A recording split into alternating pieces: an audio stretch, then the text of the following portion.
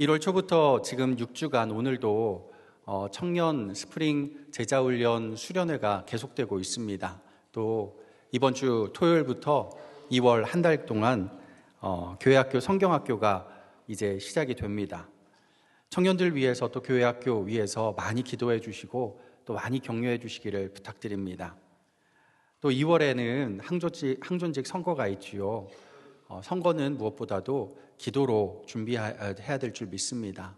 하나님의 선한 인도하심과 평강이 이 선거의 모든 과정 가운데 우리 교회에 임하기를 간절히 소망합니다. 오늘 나누는 말씀은요, 오늘 청년 제자훈련 수련회 겸해서 오늘 청년 예배 때 나눌 말씀, 우리 이 시간도 함께 나누고자 합니다. 예수님의 제자가 된다는 것, 이건요, 교회 안에서만 예수님의 제자로 산다는 이야기가 아닙니다. 교회 문 밖을 나가서 세상에서도 사회에서도 예수님의 제자로 산다는 말이죠. 가정에서도 예수님의 제자, 학교에서도 예수님의 제자, 직장에서도 예수님의 제자, 일터에서도 예수님의 제자로 산다는 것입니다. 무슨 일을 하든지 예수님이 맡겨주신 일을 하듯 하고 누구를 만나든지 예수님을 대하듯이 대하는 것, 그것이 예수님의 제자로 사는 것입니다. 그렇게 살면요, 우리 주변 사람들이 우리를 보면서 자연스럽게 말하는 것들이 있어요. 저 사람을 보니까 내가 예수가 누군지 알 것 같아. 올 한 해 예수동행, 말씀동행으로 목표를 삼아서 나아가는데 이 목표의 결과가 이거기를 소망합니다. 올 한 해 우리가 열심히 예수님 동행하면 우리 주변에서 이야기들이 나올 거예요. 예수 안 믿는 사람들조차도 우리 보면서 야, 저 사람 보니까 내가 예수가 누군지 알 것 같아. 이런 말들이 우리 주변에서 들릴 수 있기를 간절히 소망합니다. 어느 숯불 오리가게에 화재가 났습니다. 실제로 화재가 났어요. 사장님이 가게 리모델링을 하면서 전소가 됐으니까 다시 짓고 리모델링을 하는데 이제 안내 현수막을 붙였습니다. 어느 분이 그 현수막에 써 있는 문구가 너무 잘 써 있어서 사진을 찍어서 올린 걸 저도 읽었습니다. 뭐라고 문구가 적혀 있었냐면요, 저희의 뜨거운 열정이 가게를 활활 불태워 버렸습니다. 10월 29일부터 뜨거운 마음으로 정상 영업하겠습니다. 야, 이 사장님 센스 대단하죠? 저도 이런 가게만 한번 가보고 싶다 생각이 듭니다. 요즘 아이들 말로 하면 이 사장님 럭키비키죠. 들어보신 분들 꽤 있으실 겁니다. 럭키비키. 정말 그런 마음가짐인 것 같습니다. 어느 직장인이 그러더군요. 본인이 생일인데 생일이란 말도 못하고 야근하라고 해서 야근을 했다고 해요. 근데 야근하는 중에 시골에 계신 엄마에게 전화가 온 거예요. 엄마가 생일상도 못 차려줘서 미안하다 그러더래요. 그 전화를 받고 끊고 난 다음에 참았던 눈물이 울컥하고 쏟아졌대요. 그걸 본 옆에 있는 상사가 왜 질질 짜냐고, 나이가 많으면 체력 관리나 할 것이지 평소에 골골거리더니 이제는 질질 짜기까지 하냐고 핀잔을 주더랍니다. 이분이 그 얘기를 듣고 너무 속상해서 진짜 직장 때려칠까 막 너무 속상했다고 해요. 요즘은 이런 회사가 예전만큼 그렇게 많지는 않지만요, 많이 없다고 해서 없지도 않죠. 그리고 회사는 좋은데 이런 이상한 상사나 이상한 동료 한 사람만 만나도 이게 정말 직장 생활하기가 너무너무 힘들어집니다. 하루 매일매일 출근하는 길에 사표 쓰고, 요즘은 사표 이게 종이에 안 쓰고 이제 전자로 다 하잖아요. 내가 오늘 사표 낼까? 그러면서도 가족 생각하고 또 하루하루 먹고 살아야 되니까 꾹 참아가면서 또 하루를 지내는 직장인들이 많이 있죠. 그게 또 사회생활 아니겠습니까? 직장만은 아니죠. 사업하면서도 참 저런 사람이랑 내가 상대해야 될까 하는 그런 마음이 들 때가 많이 있어요. 도대체 이럴 때는 어떻게 해야 예수님의 제자답게 예수님의 제자로 살아갈 수 있을까요? 교회에서야 어렵지 않은데 밖에 나가면 참 이게 어렵습니다. 몇 년 전에 하버드대 그 경영대학원에서 몇 가지 실험 연구를 한 게 있습니다. 그 실험 연구들의 결과를 모아서 결론으로 한 문장을 낸 게 있어요. 그 결론의 한 문장이 무엇이었냐면 감정을 열정으로 재구성하라 이거예요. 감정을 열정으로 재구성하라. 감정이란 단어가 들어가는 곳에 열정이란 말로 감정이란 말을 열정이란 말로 바꿔라 하는 거예요. 이 실험 연구들의 결과가 그것인 거죠. 아까 이야기로 하면 직장에서 안 우는 게 사실 더 낫긴 난데 울음이 나오는 거 어떻게 하겠습니까? 그러고 나면 핀잔을 들었을 때 뭐 어쩔 수 없이 죄송하다 해야죠. 그렇게 말하고 난 다음에 제가 감정적이었어요 라고 이야기할 때가 있는데요. 제가 감정적이었어요 라고 이야기하기보다는 그 감정이란 말을 열정이라고 바꾸는 거예요. 제가 이 일에 열정이 지나쳤나 봐요 라고 말하라는 거예요. 실제로 실험 연구들을 해보니까 감정이란 말보다 열정이란 말을 쓴 사람들이 더 경쟁력 있어 보이고 더 채용하고 싶어지고 더 함께 일하고 싶은 사람으로 체크가 되었다고 합니다. 열정은요, 성공의 필수적인 요소인 거죠. 그래서 아파도 청춘이니까 열정을 내라고, 그래야 성공하고 그래야 행복하다고들 합니다. 하지만요, 바로 이 열정 때문에 정말 아파하는 청년들이 얼마나 많습니까? 또 세상의 사회에 직장에 호구가 된 사람들이 얼마나 또 많습니까? 예수님의 제자라고 해서 열정 없이 살라는 말은 아닙니다. 오히려 더 열정적으로 살아가야죠. 하지만 우리 그리스도인들은요, 그 열정을 체크해 봐야 돼요. 이 열정이 진짜 선한 열정인가? 예수님의 제자다운 열정인가를 반드시 점검해 봐야 합니다. 오늘 본문에 나오는 주인공 예후는 자타가 공인하는 열정의 사람이었어요. 자기 스스로도 자기를 뭐라고 표현하냐? 나의 열심을 보라 그래요. 자신 있는 거죠. 다른 사람들도 보기에 예후는 열정적인 사람이었어요. 멀리서 예후가 병거를 몰고 오는 걸 이 파수꾼이 멀리서 보고는 보고를 하는데 이렇게 보고를 해요. 그 병거 모는 것이 예후가 모는 것 같이 미치게 모나이다. 얼마나 평소에 병거를 미치게 몰았으면 멀리서 봐도 저거 모는 것만 봐도 누군지 알겠다 하는 거예요. 요즘으로 하면요, 평소에 난폭 운전을 엄청 하던 사람이다 보니까 멀리서도 운전하는 차 모양만 봐도 저 사람 누구다 안다는 얘기예요. 그 정도로 열심히 있었기에 예후는 악한 아합 왕가를 한순간에 처단하고 혁명에 성공해서 왕이 됩니다. 지금도 예후 같은 열심 있는 사람이 사회에서 성공도 하고요, 교회에서도 칭찬도 받죠.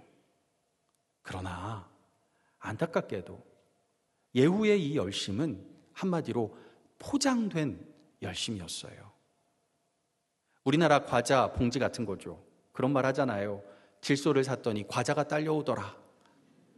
내가 과자를 산 건지 질소를 산 건지 모르겠다. 그런 얘기들 해요.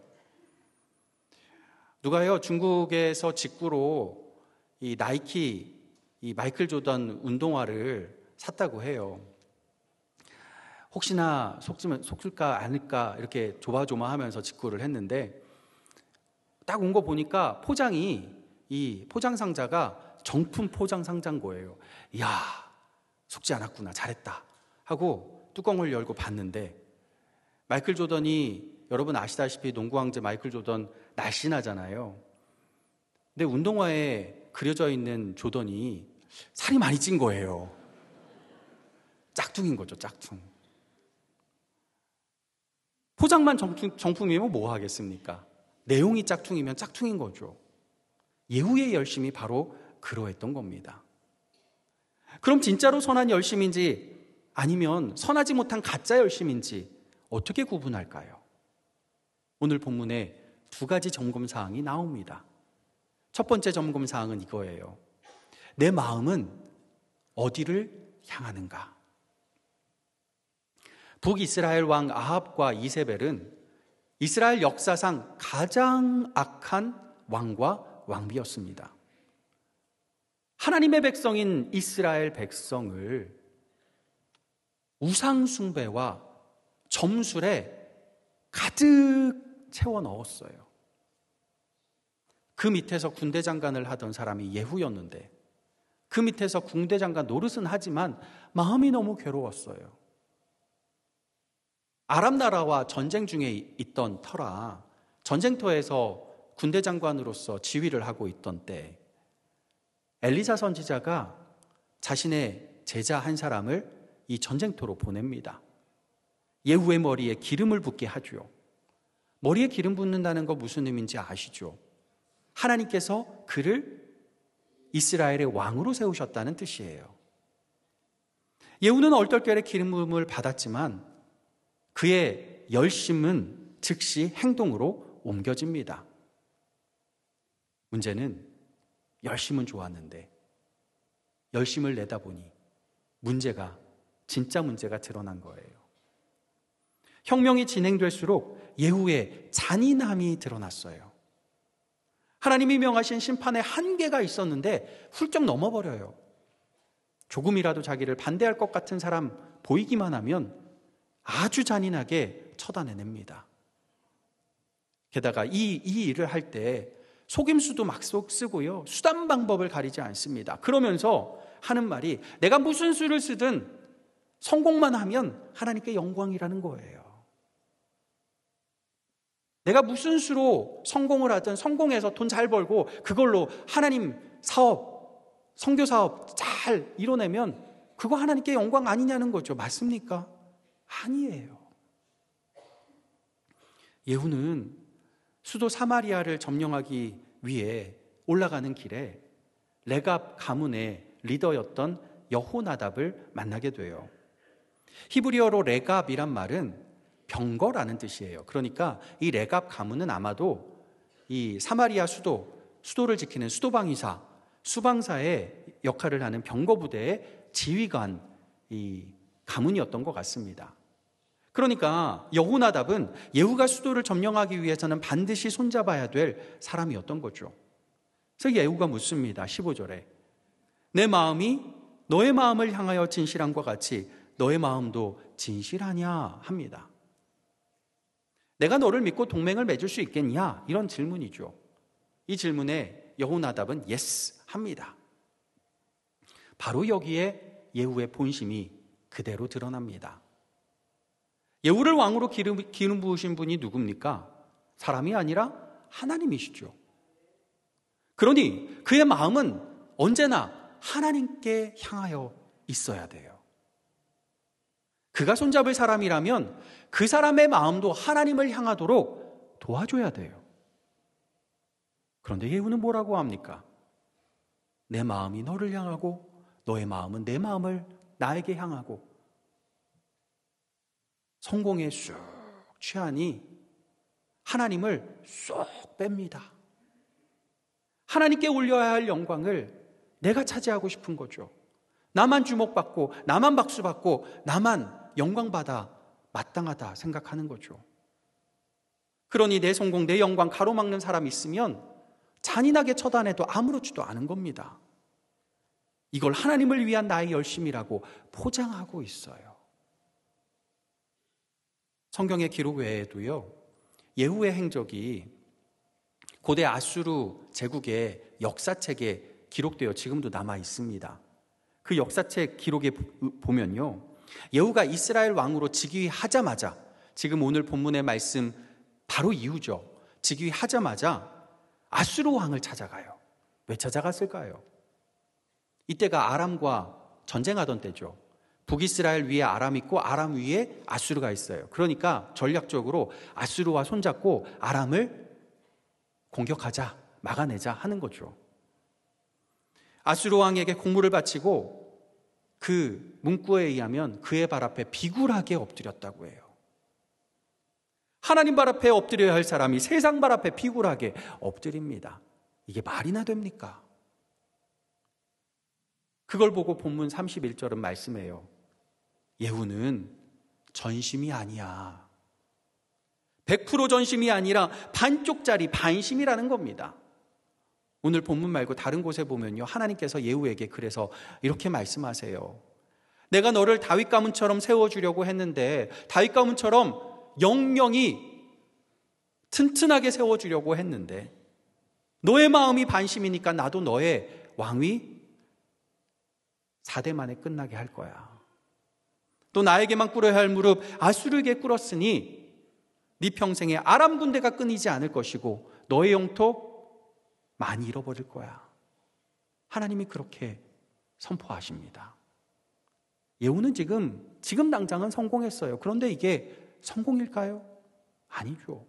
완패예요, 완패. 여러분의 마음은 누구를 향하고 있습니까? 하나님을 향한다면 그 마음이 전심입니까? 아니면 반심입니까?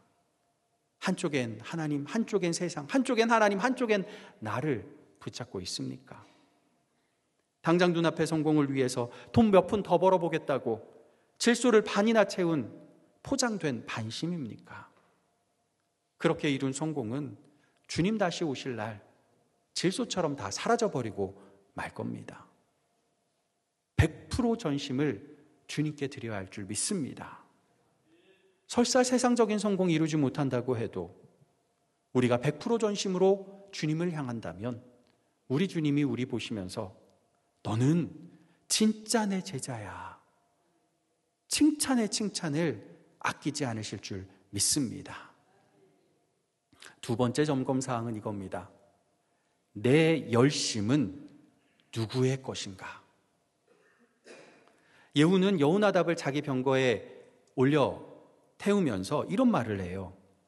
여호와를 위한 나의 열심을 보라. 참 애매한 말이에요.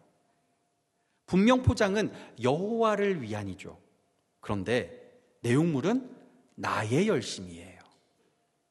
소유권자가 여호와가 아니라 난 거죠. 31절에 보면 하나님께서 예후의 죄로 지적하신 것이 여로보암의 죄라고 하죠. 여로보암 하면 여러분 아실 겁니다. 이스라엘이 둘로 나눠지고 북이스라엘이 된 그 북이스라엘의 초대 왕이에요.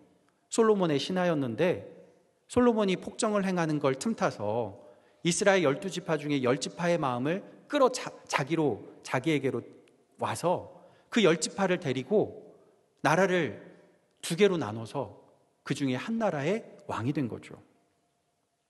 그런데 북이스라엘에는 정작 왕이 되고 보니까 하나님의 성전이 북이스라엘에는 없어요. 그러니까 하나님 잘 믿는 사람들은 예배드리겠다고 남유다에 있는 예루살렘 성전으로 자꾸만 찾아 내려가요. 그걸 보니까 그냥 그러려니 하면 되는데 오히려 격려해줘야죠. 예배하는데. 마음이 민심을 잃을 것 같아요. 저 백성들 내 백성인데 뺏길 것 같아요.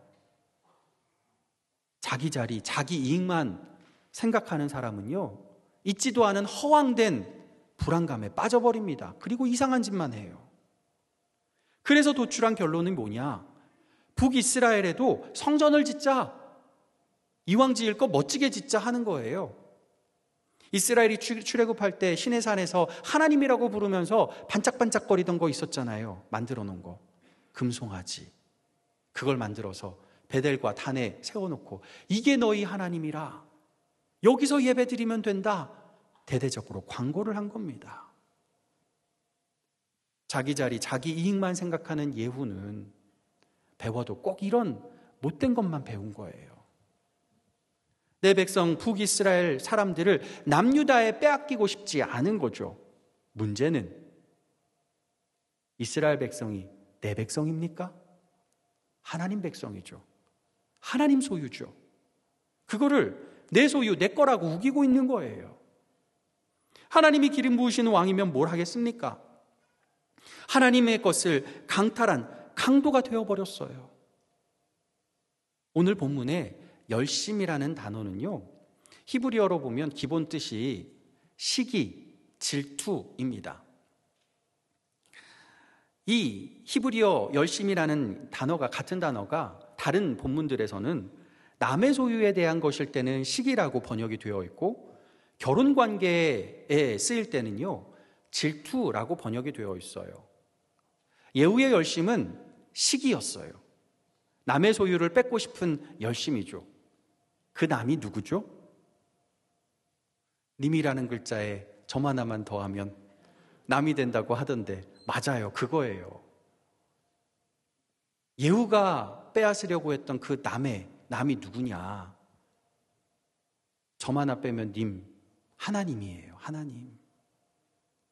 세상 사회에선 이런 시기심 가득한 열심이 있어야 유능하다고들 해요. 직장에서도 이런 시기심 가득한 열심이 있어야 쭉쭉 승진도 하죠. 그러나 진짜 하늘의 행복은 못 느낍니다. 주변 사람들 다 초토화 시켜놓고 누리는 행복, 그게 진짜 행복이겠습니까? 마치요, 지구 위에 인류가 다 죽고 살아남은 사람은 나 혼자뿐인 그런 공포영화들 있잖아요. 그런 공포영화 장면인 거예요. 반면에 성경에 보면요, 여호와는 질투하시는 하나님이라 말씀하죠. 그 말씀을 할 때 질투가 오늘 본문에 나오는 열심과 같은 단어입니다. 하나님의 열심, 곧 하나님의 질투는 남의 소유를 빼앗으려는 시기심이 아니에요. 결혼관계, 영적인 결혼관계에서 나오는 질투인 겁니다. 예수님이 우리를 신부, 아내 삼아주시고 그 영적인 관계에서, 영적인 결혼관계에서 신실하시겠다, 내가 너 절대 포기하지 않는다, 절대 잃어버리지 않는다 하는 열심이라는 말입니다. 호세아서가 그런 말씀이죠. 어느 날 하나님이 호세아에게 명하셨어요. 너 지금 가서 네 동네에 유명한 몸 파는 여자 있잖아, 고멜. 그 여자 데리고 와서 결혼해서 무조건 사랑해줘. 여러분, 우리가 선지자가 아닌 게 얼마나 다행인지 몰라요. 하나님이 이런 명령하시면 어떻게 하시겠어요? 따라가시겠어요? 야, 기가 막힌 거예요. 기가 막힌 거죠. 그래도 선지자니까 그렇게 해요. 그러면 고멜이 감사는 해야죠. 선지자인 남편, 말씀과 기도로만 살고 같이 큐티하자, 같이 가정 예배 드리자, 같이 예배 드리자 하니까 얼마나 귀찮고 얼마나 재미없어요. 재미없으니까 집 나가버립니다. 옆 동네 남의 남자 품에 안겨요. 그 남자 품에 안길 때 돈 받고 안기는 것도 아니고, 안아주기 싫다니까 돈까지 줘가면서 안겨달라 합니다. 그게 우리 모습이에요. 근데 그 남자 어떻게 합니까? 돈 더 달라. 없다 그러니까 빚으로 그걸 만들어 놓고 쥐어 팹니다. 세상이 우리에게 하는 게 그런 거예요. 이런 아내를 호세아는 찾아가서 빚도 다 갚아주고, 피투성이 된 아내 데리고 와서 씻어주고 또 그 상처 싸매어주고 사랑해줍니다. 이게 하나님의 사랑이라고 말씀하시죠. 여러분, 교회 안에서도요, 정말 가끔씩 이런 가정들 보이곤 합니다.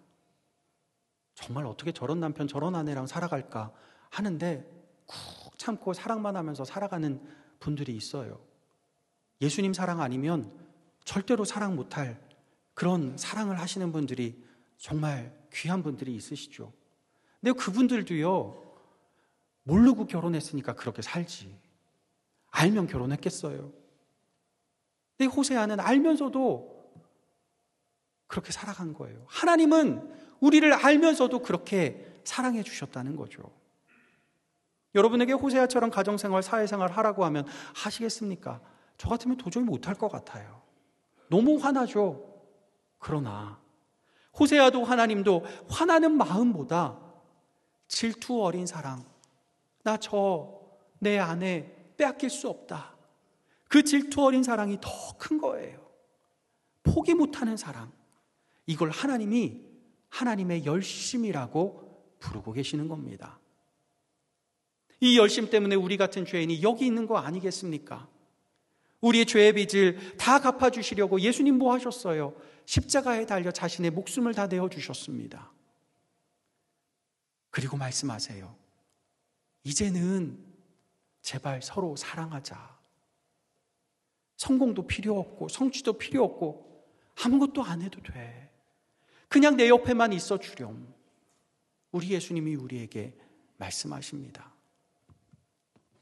우리는 어릴 때부터 세상에서 말하는 성공적인 이미지, 열정적인 이미지로 행동하도록 교육받아 왔습니다.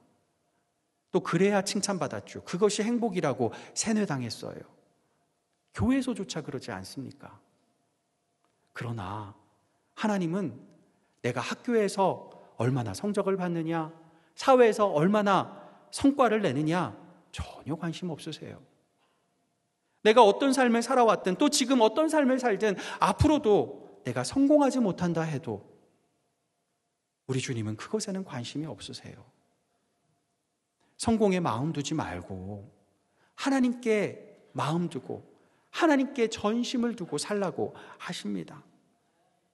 무슨 일을 하든지 그걸 성공하려고 하지 말고 주님 일을 하듯 하고 누구를 만나든지 이를 통해서 이익을 내려고 하지 말고 주님을 만나듯 주님을 대하듯 하라는 겁니다. 주님 사랑하는 마음으로 학교생활, 사회생활, 가정생활 하라는 거예요. 그러면요 어떻게 되죠? 내가 하는 일, 주님이 맡겨주신 일이니 내가 잘하든 못하든 즐거운 거예요. 내가 만나는 사람 주님을 대하듯 대하면 내가 오늘 주님을 만난 거예요. 얼마나 기쁘고 얼마나 행복합니까? 세상에 살아도 세상과 버타여 사지 말고 예수님의 사랑받는 신부로서 예수님 곁에 꼭 붙어 살라 말씀하십니다. 그러면 나의 열심이 아니라 나를 위한 하나님의 열심, 예수님의 열심이 우리를 예수님 닮아가게 할 것이고 예수님 제자답게 만들어 가실 줄 믿습니다. 그런 예수님의 제자로 예수님과 동행하며 예수님 주시는 행복 받아 누리는 저와 여러분 되시기를 예수님의 이름으로 간절히 축복합니다. 기도하겠습니다. 아버지 하나님, 우리를 사랑하셔서 우리를 제자 삼으시고 우리의 성과나 성공이 아니라 우리 그 자체로 너무나 사랑하셔서 기뻐하시는 주님, 너무나 감사합니다. 언제나 주님 곁에 있게 도와주시고 주님께 우리의 전심을 드려 주님만 사랑하며 우리를 사랑하시는 하나님의 열심으로 살아가게 도와주시옵소서. 예수 그리스도의 이름으로 기도하옵나이다. 아멘.